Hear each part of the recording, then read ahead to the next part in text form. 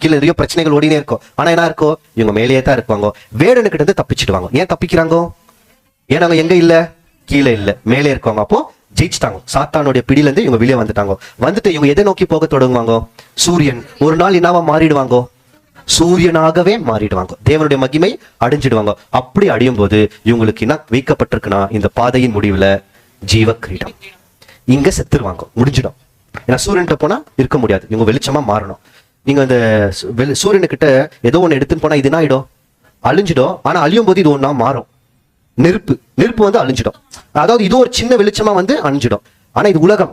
ஆனா நம்ம தேவனுக்கிட்ட கிறிஸ்து கிட்ட போகும்போது மாம்சம் அழிஞ்சிடும், இது சின்னது வெளிச்சமா மாறிடும். கடைசியில என்ன கிடைக்கும்னா ஜீவ கிரீடம் கிடைச்சிடும். அப்போ இங்கேயும் சாவுறோம். இந்த வழியில எங்க சாவலாம் நீங்களே சொல்லுங்க. இங்கேயே செத்துடலாமா இல்ல எங்க சாவலாமா? ரெண்டு இடத்துல சாவதா போறோம். எங்க சாவலாம் நாமளே முடிவெடுக்கலாம் என்பதை அறிந்து இது இருந்தா எங்க போய் சேருவோம்?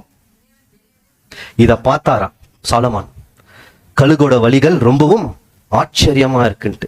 தேவனுடைய குணலட்சணங்கள் இருக்கு. அதாவது குணாதிசயங்கள், கேரக்டர்ஸ், நிறைய கேரக்டர்ஸ். அந்த எல்லா குணாதிசயங்களையும் 4 ஜீவிகளுக்குள்ள உள்ள அடுக்கலாம். இது அந்த 4 ஜீவிகள் இன்னைக்கு நம்ம படிக்க போறோம். 4 ஜீவிகள் வரும். எசேக்கியேல் வெளிப்படுத்தின விசேஷத்துக்குள்ள எல்லாம் போனீங்கன்னா.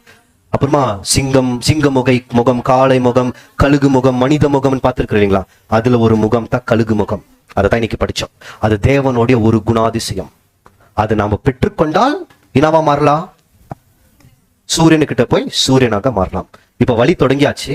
இதோடைய முடிவு என்னன்னா, இன்னைக்கு நான் எங்கே இருக்கிறேன் என்பதை மனதில் வைத்துக்கொண்டு இந்த பாதையை முடிக்கலாமா வேண்டாவா என்பதை நாம் அறிந்து சூரியனாக மாறுவதற்கு அவர் தாமே நம்மை அனைவரையும் ஆசீர்வதித்து நமக்கு தேவையான காத்திரு என்ற ஒரு பொறுமையும் அதன் மூலியமாக பெற்றுக்கொள்கிற பலத்தையும் கொடுப்பாராக என்று வேண்டிக் கொண்டு இந்த நாளை நாம் நிறைவு செய்யலாம்.